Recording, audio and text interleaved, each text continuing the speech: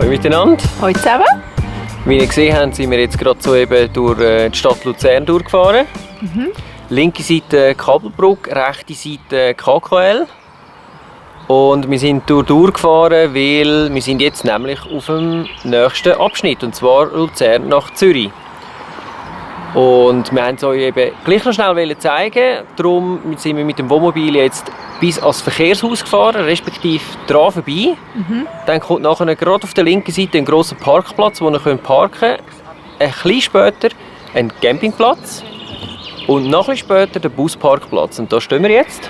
Ja, also man muss so vielleicht sagen, der Parkplatz vorne ist eher gedacht für PW.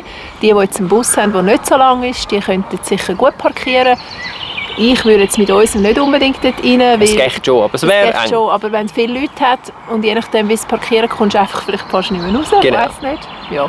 Auf jeden Fall, wer das Verkehrshaus in Luzern nicht kennt, das ist wirklich ein Must. Wir sind vor ein paar Jahren das erste Mal gewesen, und wir haben jetzt gesehen, sie haben, glaube ich, wieder einen Haufen Sachen neu dazu tun. Wir müssen, glaube ich, wieder mal gehen. Ja, unbedingt. Da heute aber schönes Wetter ist, machen wir das nicht heute. Ja. Das machen wir ein anderes Mal. Wenn ihr das anschauen wollt und euch die Stadt Luzern wirklich interessiert, dann würde ich euch empfehlen, geht doch auf den Campingplatz, vielleicht vorher reservieren, schaut, dass ihr am Morgen früh da sind. Vom Campingplatz ins Verkehrshaus sind ihr in 3 Minuten zu Fuß dort, Maximum. Und in die Stadt könnt ihr mit dem ÖV oder mit dem Schiff gehen. Wer hat schon die Auswahl sonst, gell? Jawohl. Und was wir jetzt machen, ist, wir fahren jetzt am Vierwaldstättersee nach und gehen dann auch noch auf die Fähre. Mal schauen, ob das funktioniert. Ja.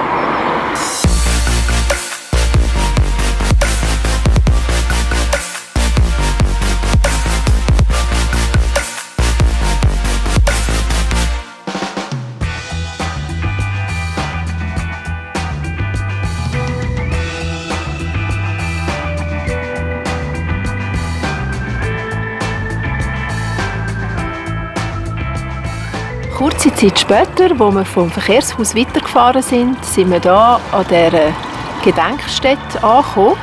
Und zwar ist das die Kapelle Astrid.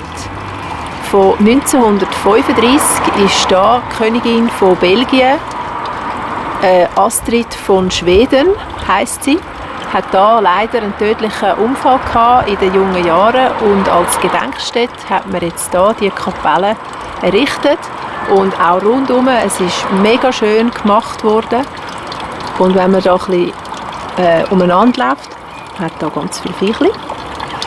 Dann sieht man auch, dass es da noch ganz andere Tierchen hat, wie die Flüge, die ich jetzt auf der Hand hatte. Nämlich Eidechsli. Die sind so süß.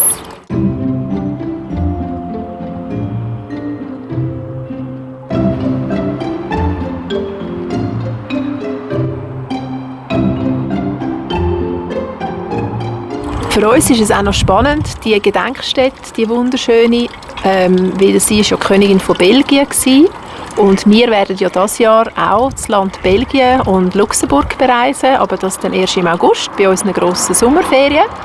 Und es ist jetzt noch spannend, dass wir jetzt auf dem Weg von der Grand Tour das gerade auch noch geschichtlich miterleben dürfen.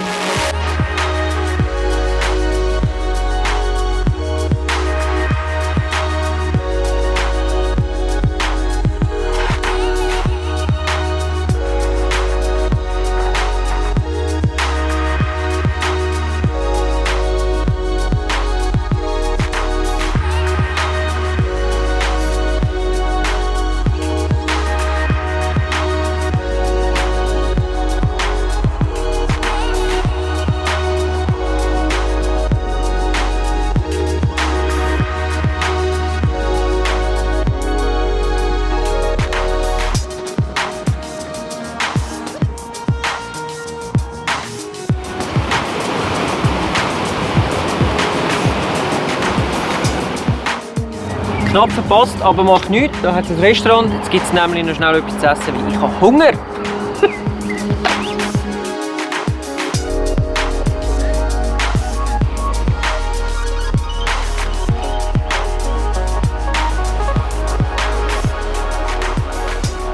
Wir sind auf der Fähre von Gersau nach Beckeriet und für den Sani ist das Premiere, das erste Mal auf dem Wasser, aber er macht das ganz gut. Also ich glaube, seekrank wird der Sani nicht und darum hat sie jetzt hier auf dem Schiff auch noch etwas Besonderes und das ist hier oben und das gehen wir jetzt anschauen. Ui.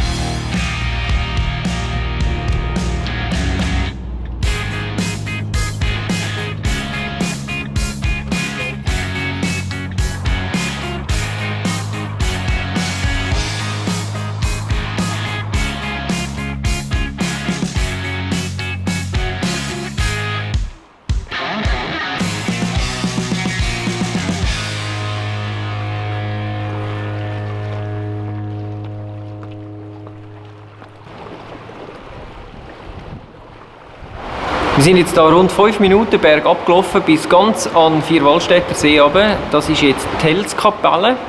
Und da sieht man der Rütli-Schwur, das Abbild vom Rütli-Schwur. Und aufs Rütli, das wollen wir morgen machen. Allerdings soll morgen das Wetter nicht so gut sein. Wir hoffen jetzt mal, es bleibt so wie es ist, aber wenn es schlecht ist, dann lassen wir es dann halt. Aber wäre schon noch cool. Gut, jetzt geht es weiter. Jetzt fahren wir noch nach Brunnen. Dort werden wir dann übernachten. Aber zuerst müssen wir all diese Stegentritte wieder rauf. Und erst dann haben wir uns ein Übernachtungsplätzchen verdient. Ich glaube, da wird dann noch ein bisschen die Zunge am Boden hängen. Aber also, gehen wir.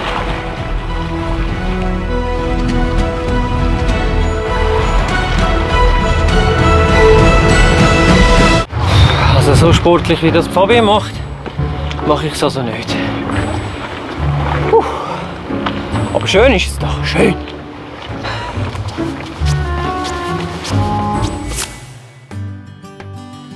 Gestartet sind wir in Luzern. Links Kappelbruck, rechts das KKL. Dann sind wir weitergefahren bis ans Verkehrshaus, an dem vorbei und hinten am Campingplatz Lido vorbei auf den Busparkplatz. Anschliessend ist es auf der Grand Tour weitergegangen, am Vierwaldstätter See nach bis zur Astrid-Kapelle. Dann immer schön weiter am See entlang, über Vitznau bis an die Autofähre in Gersau. Dort haben wir etwas gegessen und anschliessend ist es über den See gegangen. Von Beckeriet aus geht es dann ein kurzes Stück auf die Autobahn. Anders geht es leider nicht, aber es ist auch ein Teil von der Grand Tour. Also sind wir voll im Programm. Unten angekommen ist es weiter drauf gegangen, bis zur Telsplatte. Nachdem Fabienne dort ihre Sportlichkeit unter Beweis gestellt hat, sind wir noch weitergefahren bis auf Brunnen, wo wir hier auf dem Parkplatz einen idealen Übernachtungsplatz gefunden haben. Hallo miteinander. Wir sind gestern noch sehr gut hier in Brunnen angekommen. Wir haben hier auf dem Kiesplatz geschlafen. Wunderbar haben wir geschlafen. Und das kostet 5 Franken für 24 Stunden. Können wir sehr empfehlen. Ist riesig. Platz hat es also ohne Ende. Und das Coole ist, wenn man keine Münze hat, Für die Schweizer, die kennen das, man kann auch mit Twin zahlen. Jetzt aber, das Wetter ist gerade noch gut. Am Nachmittag hat es geheißen, es wird wieder wüst und regnerisch. Darum wollen wir jetzt am Morgen los und noch ein paar Sachen anschauen. Ich hoffe, es klappt. Wäre cool.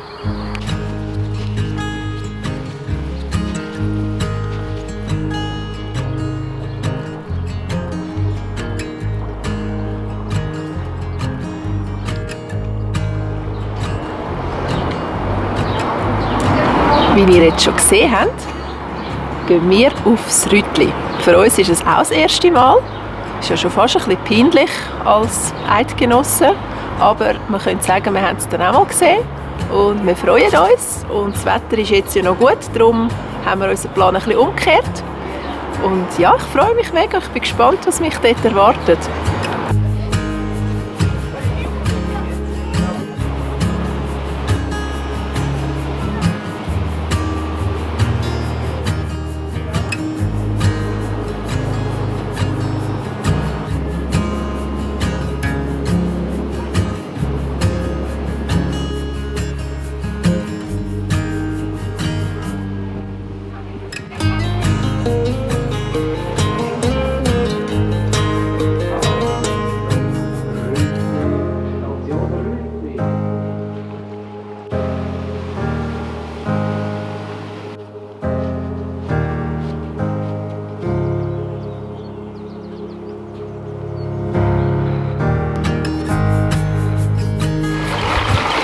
So oder so.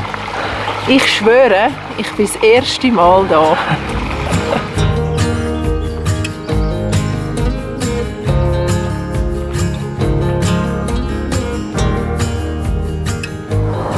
Dort hinten ist Brunnen, von dort sind wir jetzt gekommen. Und jetzt sind wir auf der Rütliwiese.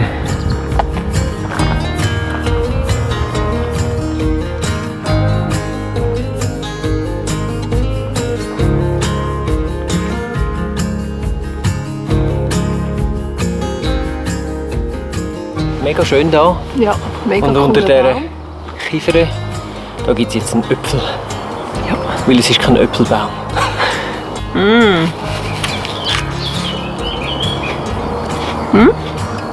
Gute Sache.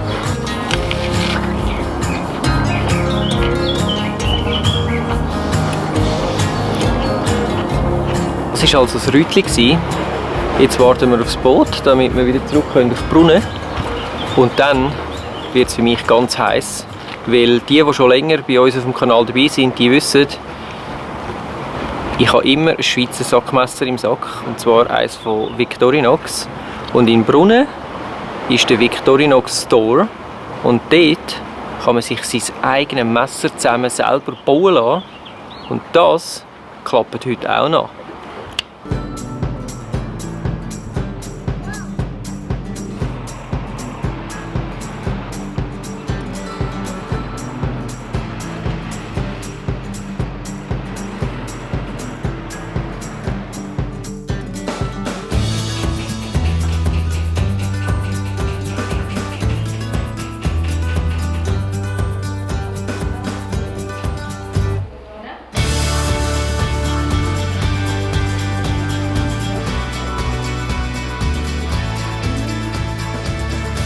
Wenn man sich anmeldet, dann kann man hier in Brunnen im Victorinox Shop sein eigenes Sackmesser zusammenbauen.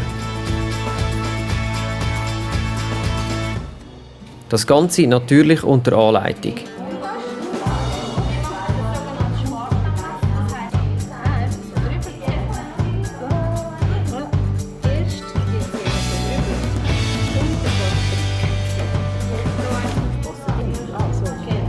Spannend zu sehen war vor allem, wie der Spannmechanismus funktioniert in diesen Sackmessern.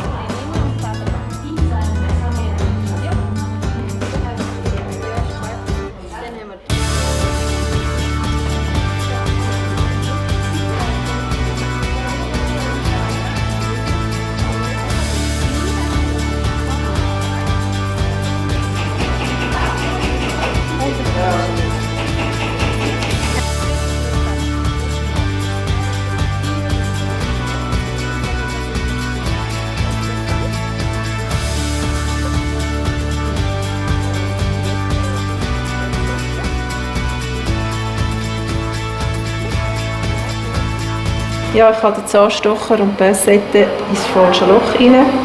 Kann man also auch machen, falsch, he? 7. Ja, ich nehme 7. Ja, das kann man gut lesen.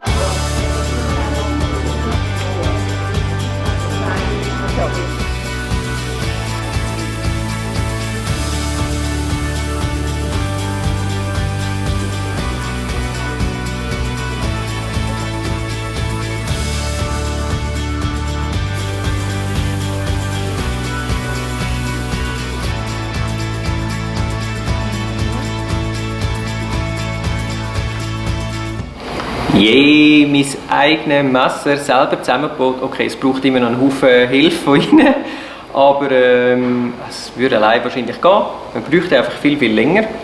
Aber coole Sache, selber gemacht.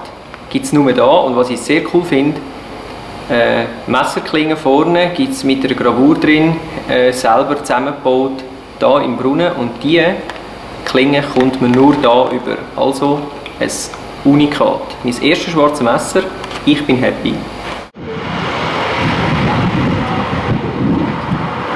So, jetzt haben wir auch noch gerade den Film geschaut oben. Sehr spannend gewesen. Was ich noch vergessen habe zu sagen, ist ganz ein herzliches Dankeschön an Victorinox, dass wir haben dürfen die ganze Sache filmen. Das ist nämlich nicht selbstverständlich gewesen. Ist alles relativ spontan von uns aus auch gewesen und es hat geklappt und da sind wir total froh. Danke vielmals. Und jetzt gibt es noch eins zu sagen. Für alle von euch, die schon immer mal wollen, so ein Sackmesser kaufen, in dem Store hier in Brunnen und in Ibach, im Factory Store selber, gibt's, das sind die einzigen 2 Stores, wo man 10% Rabatt auf jedes Messer hat. Also, kommt hier hin, schaut euch das an, super spannend. Guten Morgen, mittlerweile ist jetzt ein neuer Morgen, Fabian ist gerade um 10 putzen und es hat jetzt die ganze Nacht geregnet, wir haben gestern ein bisschen Spiele gemacht. Jetzt ist es zwar trocken, aber das Wetter ist ein bisschen bescheiden. Heute geht die Fahrt weiter von Brunnen über den Sattel und dort möchten wir eigentlich gerne die längste Hängebrücke für Fußgänger von Europa, wenn es mir richtig ist, 374 Meter lang anschauen. Aber wir wissen noch nicht so recht, ob das Wetter hebt, weil wenn es dann wirklich wieder anfängt zu regnen, dann... Aber ja. Zuerst müssen wir jetzt noch etwas posten und dann geht's los.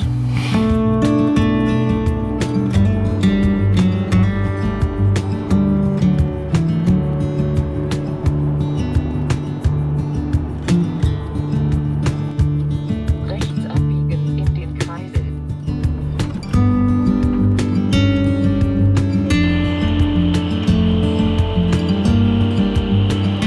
Also, wir haben unsere Tickets.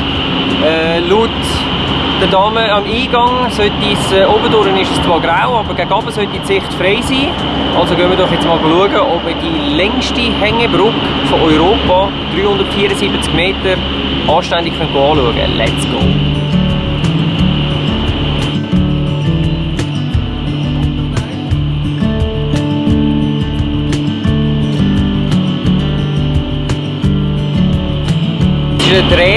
Eine Drehbahn, das heisst, die dreht sich dann, das heisst, man muss sich auch nicht verrenken, wenn man etwas sieht.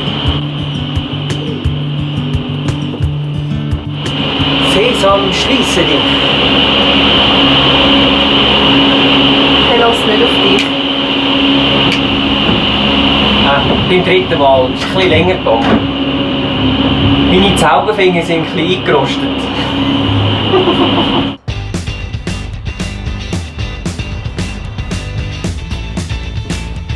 Schon noch ein bisschen neblig hier oben. Wir sind jetzt glaube ich 400 Meter höher wie vorher. Jetzt 1200 Meter glaube ich. Yes. Jetzt bin ich ja gespannt auf die Hängebrücke hier.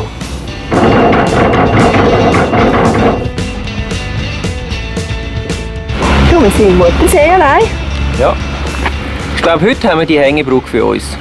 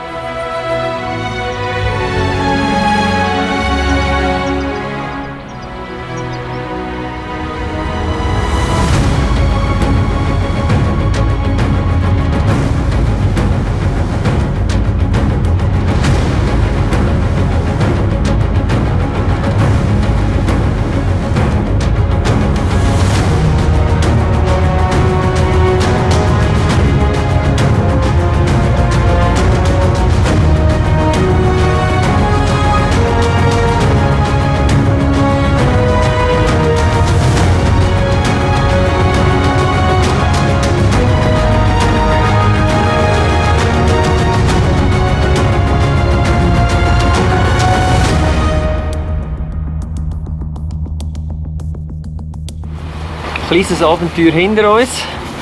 Super Sache. 374 Meter. Eigentlich hat man gar nicht das Gefühl, es sei so lang.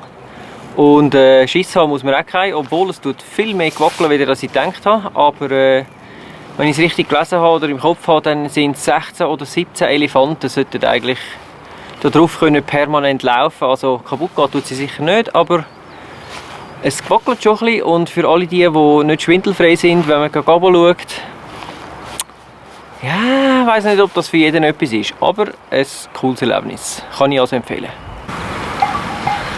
Ja, jetzt haben wir die ganze Runde gemacht. Wir sind jetzt hier über die Hängebrücke und nachher noch der Rundweg. Der ist knapp 2 Kilometer lang. Also man kann verschiedene Rundwege machen, aber wir haben jetzt einfach einen gemacht. Und es ist ein bisschen frisch geworden, darum haben wir unsere Jawohl. Kappe montiert. Es ist also die Sonne ist halt bedeckt und der Wind ist dann sehr kalt. Aber der Vorteil ist, wir sind sozusagen allein unterwegs. Ist doch auch schön. Genau. Ja. Und jetzt ist es soweit. Jetzt brauchen wir erst mal unsere neue Victorinox-Messer. Ja. Hui.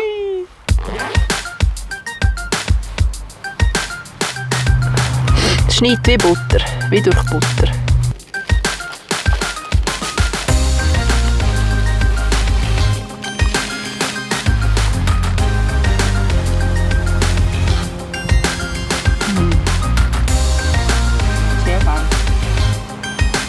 Für uns geht es jetzt wieder abwärts. Nachher ist der nächste Plan Richtung Einsiedeln fahren. Ich habe jetzt dann gerade keinen Akku mehr gesehen, darum fertig für den Moment. Kurze Fahrt nach Einsiedeln. Der Akku hat ein bisschen geladen, ich hoffe es langt.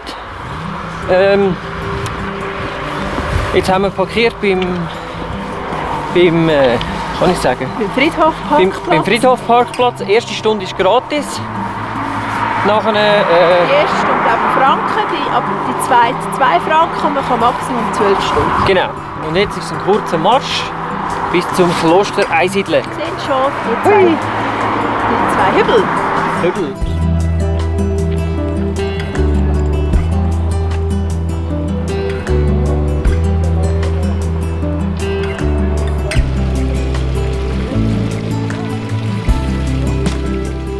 Ja, auch da haben wir es mal wieder getroffen, leider überall Baustelle, sogar im schönen Altstädtli, wo jetzt hinter euch liegt. Ich zeige euch das gerade mal. Dabei wäre es doch so schön.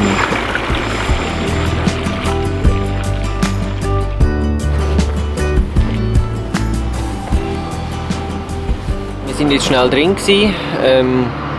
Filmen und Fotografieren verboten, aber ich kann es also nur jedem empfehlen. Ich habe noch nie so ein schönes Kloster gesehen von innen, respektive, ja, also wirklich wahnsinnig. Und ja, muss man also mal gesehen haben. Wir haben dann noch ein paar Kerzen angezündet und jetzt machen wir uns noch auf die Suche vom Fotopoint, wo auch hier irgendwo in Einsiedeln noch sein sollte, bevor wir dann uns langsam ein Schlafplätzchen suchen. Von Brunnen aus sind wir also auf der Grand Tour Route nach Schweiz gefahren und dann auf den Sattel, wo wir in die Bergbahn gestiegen sind, dass wir den Skywalk können erreichen, die längste Hängebrücke von Europa. Dann ist es weitergegangen bis auf Einsiedeln, wo wir das Kloster angeschaut haben.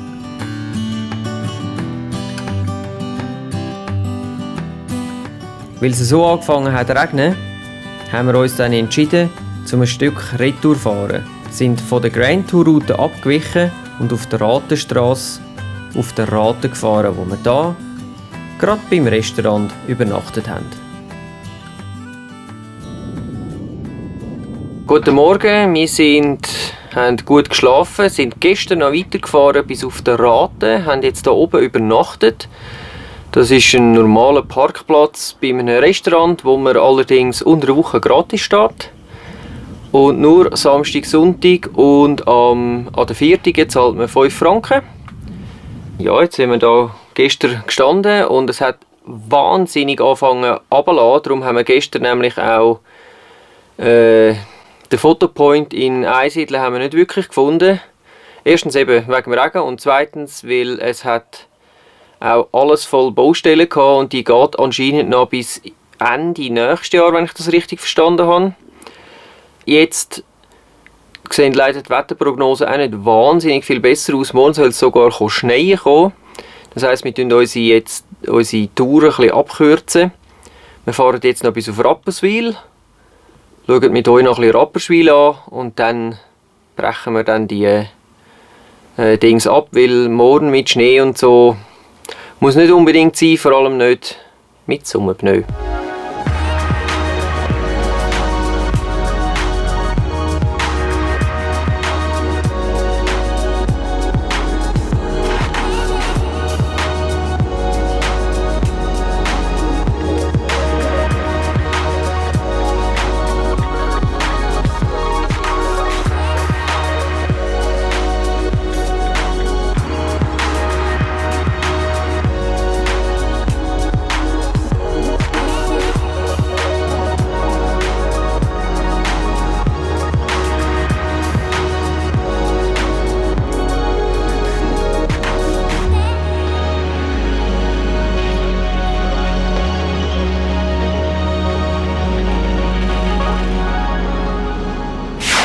Der erste Parkplatz war voll, aber ich muss sagen, fahren zuerst den ersten Parkplatz an, eher in der Stadt rein, weil zu dem Parkplatz anfahren war also wirklich super easy nachher.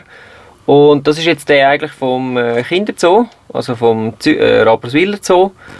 Und wenn ihr gesehen habt, dass noch ein Haufen Platz hat, hängt sicher auch damit zusammen, dass es schon wieder anfängt zu regnen. Aber wir gehen jetzt gleich noch schnell.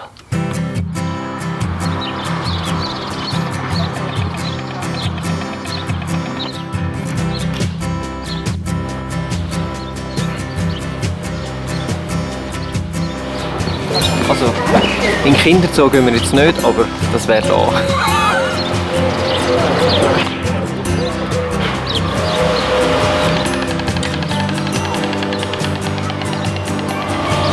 Der Kinderzoo Rapperswil ist eigentlich auch noch das Winterquartier vom Schweizer Nationalzirkus Knie. Und der Kinderzoo gibt es schon sehr lange, seit glaube 1962. Und ich bin also als Kind auch schon da gewesen, schon ein paar Mal, und es ist wirklich unlässig für die Kinder, weil sie können streicheln, spielen. Das ist wirklich cool gemacht.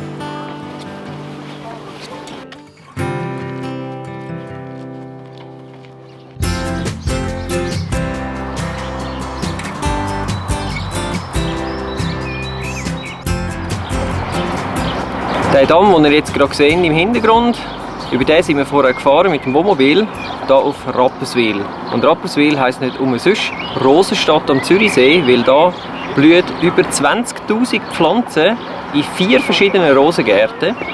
Und das Schloss hier ist aus dem Mittelalter und hat auch so ein mittelalterliches Flair. Also sehr empfehlenswert. Wie ihr schon gesehen habt, die Altstadt ist auch der Hammer. Jetzt fängt es leider schon wieder an regnen, darum, wie schon angedeutet, wir brechen jetzt hier ab.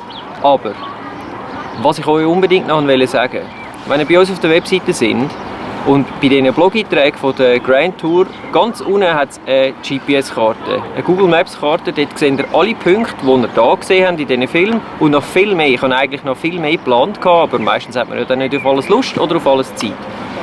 Die könnt ihr herunterladen, und zwar hat es ganz unten am Blog dann, hier geht es zum Download. Dort draufklicken, dann könnt ihr die ganzen Daten herunterladen, bei euch aufs GPS oder aufs Handy tun. Und schon könnt ihr alles nachfahren oder nachschauen, wo das genau ist. Jetzt wünschen wir euch auf jeden Fall eine schöne Zeit. Bis zum nächsten Mal, wenn es wieder heisst, Svefa on Grand Tour. Tschüss zusammen!